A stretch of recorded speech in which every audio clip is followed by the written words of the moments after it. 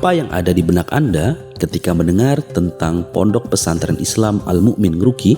Tak sedikit yang mengidentikan pesantren ini dengan radikalisme hingga anti-NKRI. 17 Agustus lalu, Pondok Pesantren Islam Al-Mu'min Ngeruki menggelar upacara kemerdekaan. Bahkan dihadiri oleh pendirinya, Ustadz Abu Bakar Ba'asyir dan Menko PMK Muhajir Effendi. Lalu, benarkah pesantren Al-Mu'min Ngeruki radikal dan anti-NKRI? Simak wawancara langsung Langit 7 ID dengan Humas Pondok Pesantren Islam Al-Mu'min Ngeruki.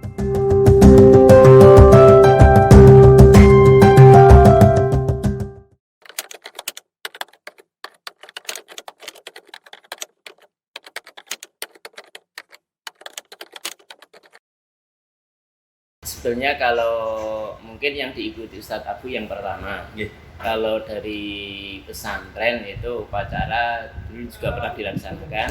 Cuman akhir-akhir ini kita banyak ikut keluar. Jadi kita tidak menyalakan di sendiri, tapi ikut bergabung di kelurahan. Jadi kita bagi-bagi anak, ada yang di kelurahan, ada yang di kecamatan, ada yang di kabupaten.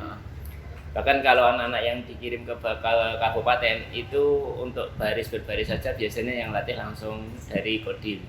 Bahkan anak-anak yang ke kabupaten itu biasanya dijemput dari Kodim pakai truk itu, karena kan jauh.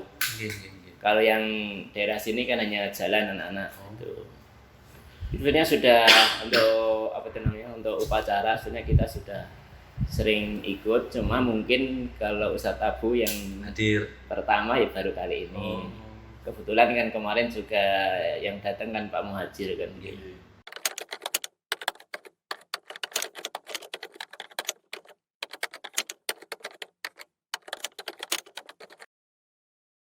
Ya kemarin ketika Pak Muhajir kan kita lewatkan sana jalur putri. Kemudian disambut sama anak-anak putri, kemudian anak-anak yang putra upacara. Karena mau putra-putri kan nggak muat. Jadi cukup banyak putra saja, yang putri menyambut. Kemudian yang putra upacara, yang putri dilanjutkan tentang tausiah kemerdekaan. Jadi tausiah kemerdekaan itu biasanya diisi tentang perjuangan terutama para tokoh-tokoh Islam itu. Kemudian kita mengisinya seperti apa dan sebagainya, itu biasanya setiap 17 itu mesti disampaikan. Jadi kalau kita itu libur tanggal merah banyak sekali, kita itu libur hanya 1 Muharram 17 Agustus. Iya, jadi kalender di pondok adanya hitam semua. Itu aja juga untuk 17-an kita isi dengan kegiatan ya seperti umumnya Agustus itu, jadi lomba balap pakai karung itu untuk anak putra. Kemudian bahkan kemarin di Putra ada lomba masak juga kan. Jadi berbagai lomba kita adakan untuk ngisi 17.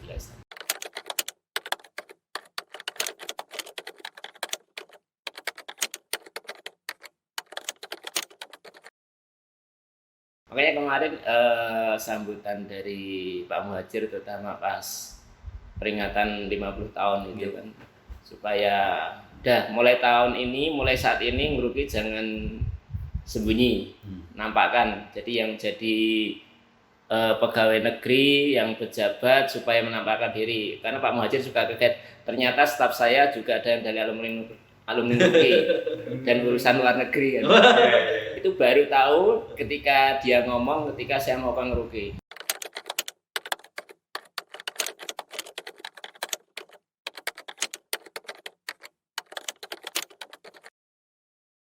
Kalau mungkin tentang Pancasila kan, kalau dalam Ustadz Abu ya, kalau dalam pandangan fikih kan dulu Imam Syafi'i ada qaulul qadim, ada qaulul jadid. Nah, kalau qadimnya Imam Syafi'i kan, kalau ada qaul jadid kan berarti yang lama nggak terpakai kan.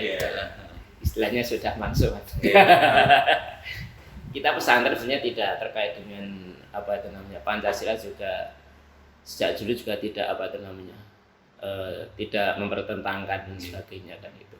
Bahkan kita juga di sekolah, karena saya santri dulu juga diajarkan kalau dulu PMP ya, kemudian PSBB, kemudian perkembangan PKN gitu. Dan itu ada muatan kurikulumnya juga ada.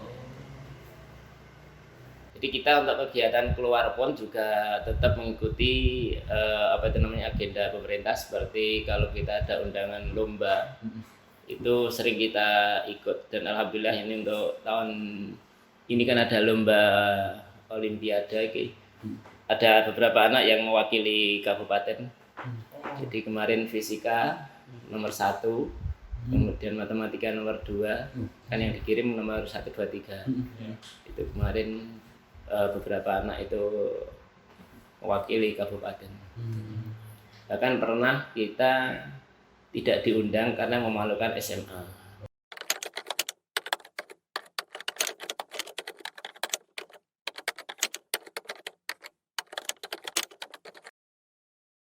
Yang saya sampaikan ke para santri terutama itu, kemudian para alumni itu, kalau bisa ya berbuat yang bermanfaat untuk lingkungan. Kalau anak-anak yang masih sekolah kuliah, tunjukkan kalau kamu bisa berprestasi. Bahkan anak saya yang di UNES itu awalnya, Pak, aku piye? Wis jawab aja kalau kamu dari Ngeruki. Kamu kan punya kaos bangga jadi alumni Ngeruki, ya alumni Ngeruki salah saya pakai saja. Ternyata setelah itu kan banyak, loh kamu dari Ngeruki toh? Iya. Bisa kuliah di negeri toh? Ternyata aku di sini. Jadi kita itu untuk anak-anak IPA IPS, kalau yang tahun ini kayaknya mulai bulan Oktober itu sudah mulai bimbel untuk persiapan SBMPTN. Dan wali juga untuk pembiayaan kayak gitu nggak terlalu asal terbuka itu. Jadi kita sampaikan kepada para wali, dan itu tidak paksaan, saya ikut dan sebagainya. Sukarela anak-anak yang mau lanjut itu. Kemudian kalau anak-anak yang keagamaan, memang kita setelah selesai itu ada pengabdian Yata Bakti 1 tahun. Tidak harus di sini, di berbagai lembaga. Bahkan untuk kemarin itu permintaan itu sekitar 87. Padahal jumlah lulusan yang anak keagamaan nggak ada seperti itu. Jadi kemarin yang tertolak itu ada 12 lembaga. Biasanya yang boarding. Karena untuk ngurus asrama itu kalau tidak latar belakang pesantren juga susah. Ada yang kita kirim ke Mataram, kemudian ke Kalimantan, kita kirim. Biasanya kalau lulusan itu yang di TNI juga ada. Polisi juga ada. Dosen juga banyak. Alhamdulillah dosen di UGM itu ada 4 alumni. Di geografi, bahasa Arab, sama fisika 1. Kemudian di UNS ada bahasa Indonesia, bahasa Arab 2. Undip itu malah sudah profesor ekonomi.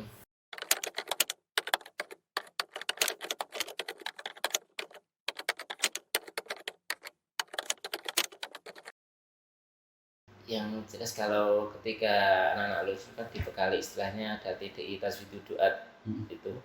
Jadi anak-anak yang kuliah misalkan untuk bisa berdakwah di kampus. Jadi namanya dakwah, mengajak orang dalam kebaikan di mana saja gitu. Kemudian anak-anak yang istilahnya keagamaan itu untuk bisa terjun di masyarakat langsung. Dan itu memang kita bekali. Kemudian ketika kamu dakwah di masyarakat, ya lihat masyarakat. Jadi jangan lihat ketika masyarakat itu melakukan suatu kemungkaran, jangan langsung ini haram ataupun ini enggak. Jadi bagaimana caranya itu. Istilahnya kan ada istilah metodologi dakwah itu kan. Ikut dakwah. Iya, itu juga disampaikan. Karena kalau kita langsung menyalahkan kan orang malah lari. Bahkan ada alumni kita yang dijuluki Kiai WTS. Ada Kiai Preman. Kiai WTS itu kakak kelas saya di Jogja. Itu setiap malam itu mesti di tempat lokalisasi. Hanya ditanya saja di Jogja itu, Mbak, sudah laku serabinya istilahnya gitu. Belum Pak, disapa terus katimbang ra laku-laku mbok dodol liyane wae.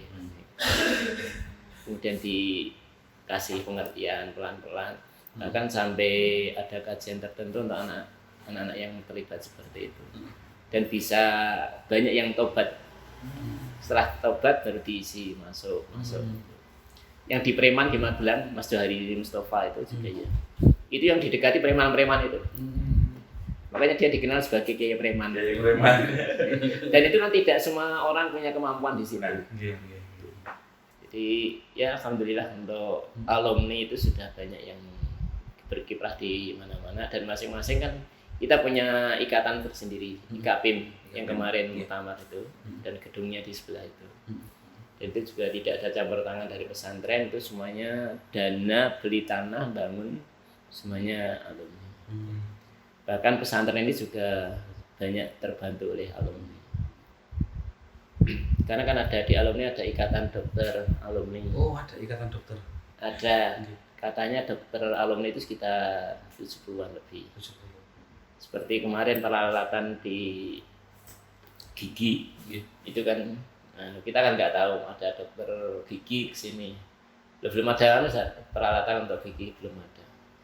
Jadi saat itu di grup ikatan dokter, ini gimana kita berikan alat gini. Dan nanti dokternya siapa? Ya nanti kita gilir siapa yang praktek di sana. Jadi dalam waktu semalam langsung terkumpul 100 berapa juta. Kemudian ada ikatan saudagar Ngeruki, disingkat SAUKI. Di masing-masing ada ikatannya, dan itu kan saling memberikan masukan.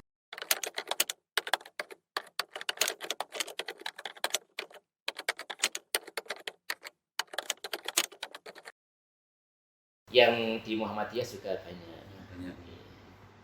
Ya memang kebanyakan kalau di organisasi kemasyarakatan banyaknya larinya di Muhammadiyah. Seperti anak saya ya, tahu-tahu ditarik di IMM Muhammadiyah itu.